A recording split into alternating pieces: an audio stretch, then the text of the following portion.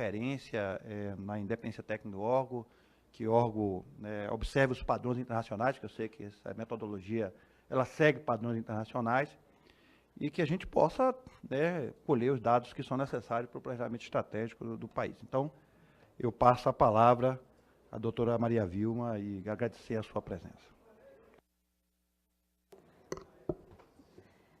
Boa tarde a todos. Cumprimento em nome da presidente do IBGE, doutora Suzana Cordeiro Guerra, que infelizmente está fora do país, por isso não pôde participar, estar presente aqui hoje.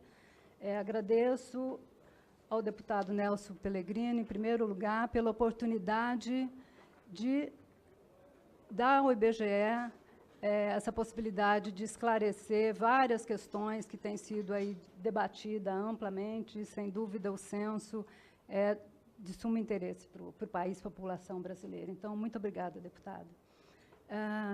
O nosso ex-presidente, Eduardo Pereira Nunes, com quem eu tive o prazer e a honra de coordenar o último censo feito em 2010. Brigamos muito, né, Eduardo? Mas chegamos lá.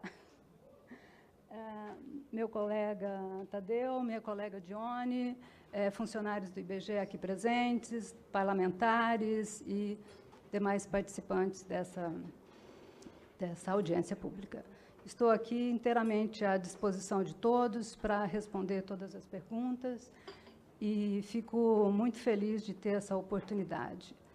Eu gostaria de fazer... Deputado, eu tenho um tempo limite? Não pode...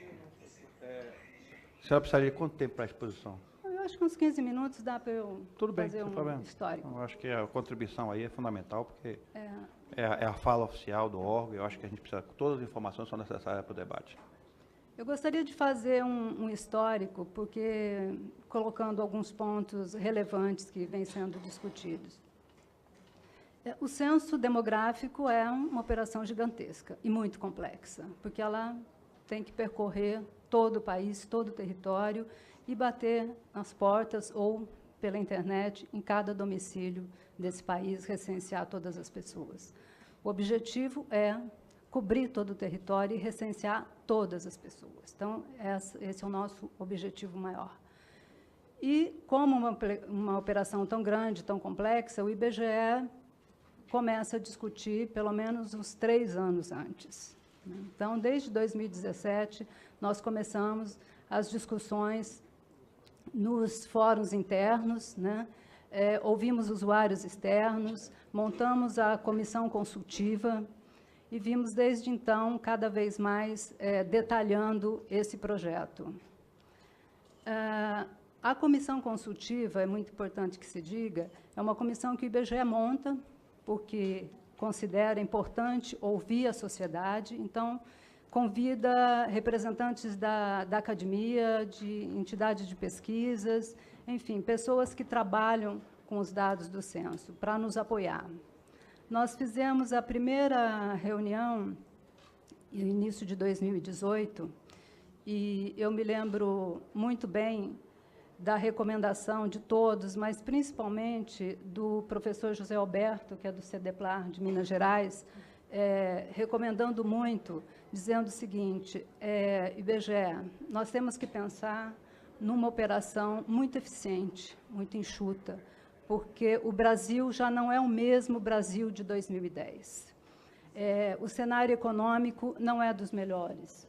Então, vamos pensar todos num questionário mais enxuto, numa operação mais eficiente, uma operação de qualidade.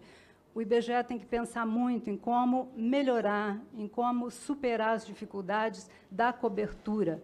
É uma questão que o professor José Alberto se bate muito. Nós temos que cobrir todo o território, nós temos que levantar a população de todos os cantos do Brasil. Então, cobertura é fundamental. O IBGE tem que botar o foco muito forte na questão da cobertura para a gente fazer, de fato, um censo completo. E a população está cada vez menos disponível para responder pesquisas longas, né?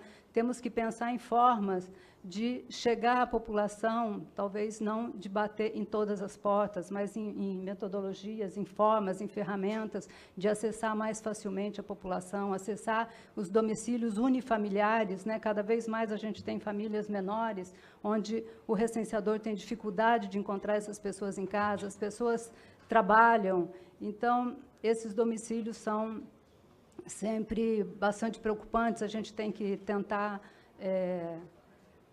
buscar formas de melhorar a cobertura, né? E aí o IBGE fez a consulta aos usuários, aos órgãos de governo, as suas consultas internas, e o questionário, que em 2010 eram 102 quesitos, passou a 112, apesar de todas as recomendações, até na avaliação que o IBGE fez do censo 2010, está lá escrito: devemos procurar fazer uma operação mais eficiente, uma operação mais enxuta, para que ela tenha, de fato, uma qualidade cada vez melhor e tal. Mas o questionário cresceu um pouquinho. Como que nós fizemos esse orçamento? Aí eu quero fazer uma observação, tem aparecido muito na imprensa, inclusive aqui foi dito hoje, que o orçamento do ano que vem, que é o que está sendo discutido agora, era de 3,4 bilhões. Não, o orçamento de 2020 era de 3,1 bilhões. 3,4 era o orçamento plurianual, 2018 até 2021. Tá? Então, nós partimos de 3.100. Como montamos esse 3.100? A gente faz toda uma avaliação do censo anterior e consulta todas as áreas do IBGE, consulta as nossas unidades estaduais, que é o pessoal de ponta, o pessoal que executa o censo, que é responsável pela operação, e, com base nessas recomendações, vou citar alguns exemplos só. Por exemplo, o pessoal das unidades diz: temos que pagar bem as equipes de campo, temos que pagar bem o recenseador, temos que pagar bem os supervisores, porque é um trabalho muito intenso, é um trabalho que não é fácil, né, de muito pouco tempo, são 3 meses de coleta. Se a gente não paga bem, o recenseador desiste na primeira porta que ele leva, né, na cara.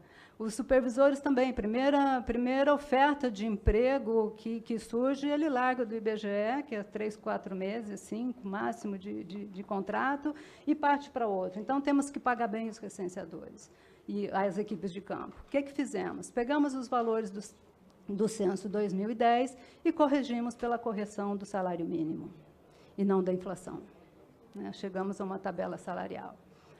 A diretoria de pesquisas, as unidades estaduais, pediram que a relação supervisor-recenseador fosse de 1 para 8, que foi no censo 2010. Né? Colocamos lá um supervisor para cada grupo de 8 recenseadores, em média. E assim nós fomos fazendo, né? A diretoria de pesquisa especificou os equipamentos e tudo mais, e fomos, então, montando o orçamento. Eu costumo dizer que chegamos ao orçamento de 2020 em 3.100, atendendo aos desejos de todos, né? Um orçamento de uma operação ideal. E aí, no início desse ano, né, novo governo, a gente já começou a ter notícias de que teríamos cortes, né, que nenhum órgão público, e o IBGE em especial, né, para o censo, não começamos a ter notícias de que não teríamos esse orçamento solicitado, que estava sendo proposto ainda. Não tinha sido apresentado oficialmente, mas era o que a gente estava tratando. Fizemos, então, a primeira comissão consultiva para mostrar o questionário que nós íamos já para a segunda prova piloto. Tínhamos feito uma primeira prova piloto, fizemos uma segunda prova piloto, mostramos o questionário para a comissão consultiva e tal, e, novamente, a comissão olhou e disse: olha, tem margem de corte, né? Tem margem para tirar algumas coisas que não são essencialmente de censo. Chegou a nova presidente e ela veio já com a orientação de: queremos fazer um censo muito bom, queremos fazer um censo de qualidade, queremos fazer um censo, uma operação bastante eficiente. E diante da situação econômica do Brasil, queremos fazer vamos ter que nos adaptar, né, e fazer uma operação menos custosa, né? E aí já tivemos notícias, já sinalização forte de Brasília, né, de que não teríamos mesmo os 3 milhões e 100 que nós estávamos pedindo, e nos orientaram que avaliássemos, né, reavaliássemos o projeto e fizéssemos os ajustes necessários para ter uma operação, um censo, né, correto, um censo preservando a sua essência, né? O objetivo de um censo é medir a densidade populacional, né? Temos que ter população por sexo, idade, o perfil da população. E, então, preservando a qualidade do censo, preservando as séries históricas daquilo que é essencial em um censo, né? Que é o caminho que a gente vê no mundo todo. Os países mais avançados estão nesse caminho, né? Vamos usar registros administrativos, vamos levar para as pesquisas amostrais alguns quesitos que possam ir para essas pesquisas, vamos usar novas ferramentas com essas inovações tecnológicas todas. O que a gente pode usar para tentar dar mais eficiência a essa operação, preservando o core do que deve ser um censo demográfico, um censo de população e domicílios, né?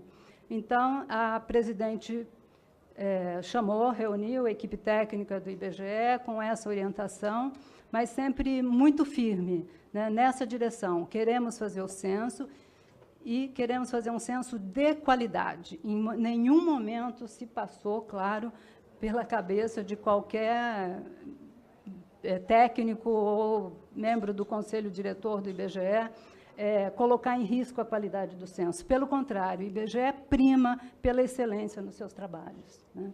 E a gente continua muito, muito firme nessa linha. A presidente, então, na última reunião da comissão consultiva,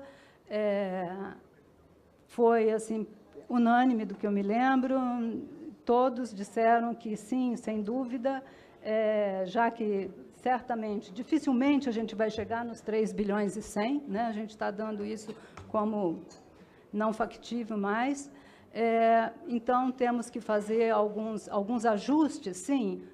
O questionário tem alguma margem?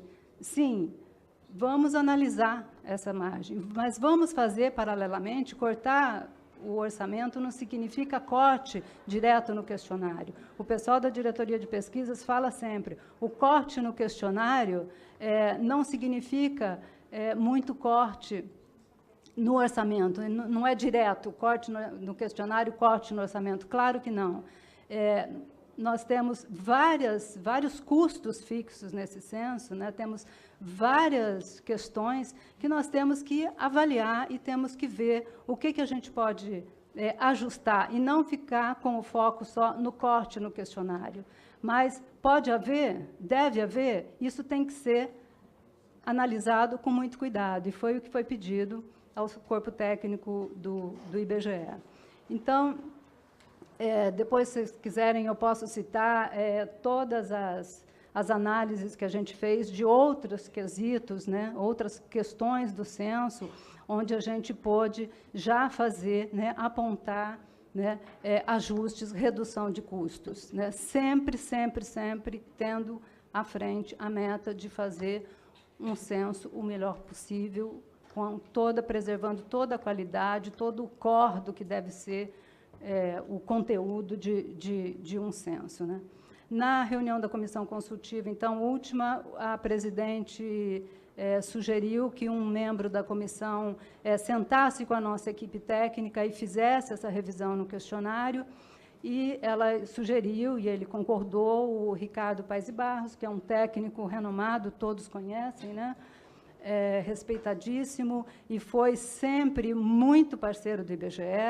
A PNAD, hoje a PNAD contínua, contou muito, o tempo todo, com o Ricardo. O Ricardo colaborou muito com o IBGE nas melhorias dessa pesquisa. Então, ele é considerado quase que um técnico da casa. Ele sempre prestou consultorias não pagas, né, para o IBGE. Então, ele aceitou esse desafio. e aí ele sentou junto com a diretoria de pesquisa, e houve todo um temor, até uma certa resistência, né? Isso eu ouvi, Tadeu está aqui, que pode me confirmar, na reunião em que eles apresentaram, depois que sentaram com o Ricardo. Eles disseram, nós estávamos temerosos, achando que o Ricardo ia chegar e com o questionário cortado, é isso que tem que ser. Muito pelo contrário, ele em 15 dias apresentou um estudo muito bom, comparando nosso questionário com os questionários de outros 90 países, e apresentou um ranking. Essas questões são absolutamente essenciais para o censo. Elas não podem, de maneira alguma, ser cortadas. Essas aqui podem ir para alguma pesquisa amostral, como a PNAD. Estas podem ser tiradas de registros administrativos. Essas aqui, se for o caso de ter mesmo que reduzir o questionário, elas podem ser cortadas. Então, ele ofereceu um ranking, e os técnicos ficaram bastante satisfeitos, elogiaram bastante esse trabalho feito junto com o Ricardo. E aí, nessa época, a presidente estava fazendo já um ajuste na equipe, substituiu o diretor de pesquisas por um novo diretor, o doutor Eduardo Rios Neto, e ele, então, ela pediu a ele que olhasse essa proposta que a diretoria de pesquisa já estava sinalizando, né, que ele verificasse essa proposta e deu até a semana que vem, né, o prazo para ele apresentar junto, então, esse resultado, junto com a diretoria de pesquisa, de que questionário se pensa em fazer. Do ponto de vista do orçamento, o que a gente precisa?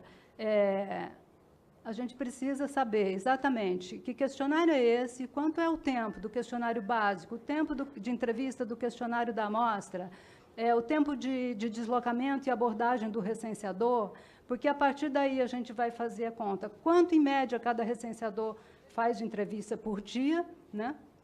Quantos recenseadores eu preciso para fazer essa coleta em 3 meses, né? E, a partir daí, o número de recenseador vai orientar qual é o número de smartphones que cada um tem que receber para o seu trabalho, qual é o número de supervisores que a gente precisa, e aí a gente começa a construir uma coluna super importante do orçamento, que é o custo com pessoal, que corresponde a 67% a 70% do custo de um censo. Isso é histórico. Tá? Então, a gente agora está aguardando, né, a solução, a definição dessa questão do questionário e de outras questões. Por exemplo, a diretoria de pesquisa está revendo a questão da supervisão. Hoje a gente tem, com a tecnologia, formas de fazer supervisão sem que necessariamente o supervisor tenha que bater nos domicílios novamente para checar, fazer reentrevista, né? O sistema vai recebendo do recenseador cada entrevista feita, ele já transmite, vai indo para o banco, vai chegando no banco de dados do IBGE, o banco pode ir fazendo avaliações e apontar, supervisor, esse recenseador aqui está dando uns dados esquisitos nas informações dele, né? Vai lá e veja, faça a reentrevista naquele outro domicílio. Entendeu? Então, a própria diretoria de pesquisa está repensando algumas questões. Esse é apenas um exemplo. Amanhã nós temos uma oficina aqui na ENAP, com o Dataprev, Serpro, pessoal da ENAP, para pensar em outras formas, né, de melhorar essa questão até da coleta pela internet, que o IBGE tem uma proposta, mas ela pode ser melhorada? Talvez possa. E tudo isso a gente pode ir verificando, identificando que são reduções de custos que a gente pode ir fazendo. Então, temos várias frentes hoje em trabalho no IBGE, vendo todos os quesitos, todas as formas que a gente tem para poder reduzir um pouco os custos, preservando o censo, né, a qualidade do censo, para que a gente possa reconstruir, refazer esse orçamento e apresentar ao governo. A outra questão é que nós não temos ainda a sinalização do governo de qual é, né, do Ministério da Economia, de qual é o limite. Né? Vocês que trabalham com órgãos públicos sabem que, no mês de junho, é fornecido para cada órgão qual que é o seu limite orçamentário, seu teto, né, para que a gente se encaixe dentro dele. a gente não tem esse valor. Foi falado em 25%, isso foram sinalizações que a nossa presidente recebeu da equipe econômica nas diversas conversas que ela tem tido, né? Então, 25%, chegaríamos aí a 2.300.000, 2.400.000. Então, a gente precisa ter esse número, a gente precisa reconstruir, refazer esse orçamento e poder dizer, sim, dá para fazer o censo, deve, e a gente está torcendo muito para que isso aconteça, né, que a gente consiga fazer. A gente tem praticamente certeza absoluta de que o ano que vem nós vamos fazer esse censo com os recursos que nos forem atribuídos. Eu tive há um mês atrás com a presidente, numa reunião com o pessoal do Tesouro Nacional, da Secretaria de Orçamento e Finanças, Secretaria de Planejamento, eram umas 10, 12 pessoas tops, né, da área do Ministério da Economia, e eles disseram, olha, o governo não tem nenhuma dúvida de que o censo é essencial e ele tem que ser feito, e ele vai ser feito. Agora, os senhores têm que ter consciência de que a situação econômica do país não está fácil, é complicada. E vocês estão pedindo 3 bilhões. Nós temos de despesas discricionárias no orçamento do ano que vem 100 bilhões. Né? Vocês estão pedindo 3% disso. Vocês terão que concorrer, vocês concorrerão com outros projetos muito importantes, muito sensíveis para o parlamento, muito sensíveis para a população. Então, vocês têm que ter consciência disso. Né? O governo quer fazer o censo, com certeza vai assegurar os recursos para fazer o censo. Agora, vocês têm que pensar que vocês vão concorrer com um projeto tipo Bolsa Família. Né? Então, essa é a mensagem que a gente tem recebido. Né? E estamos todos no IBGE, todos juntos, pensando, trabalhando intensamente nesses últimos 2 meses em como fazer o melhor censo com os recursos que o país disponibiliza para isso. Né? E eu estou muito confiante de que a gente vai chegar a um bom termo, a gente vai conseguir. Hoje, nossa presidente está lá, ontem e hoje, em reuniões com o Banco Mundial e com o BID, procurando apoio, pedindo apoio, qualquer apoio que seja possível. Né?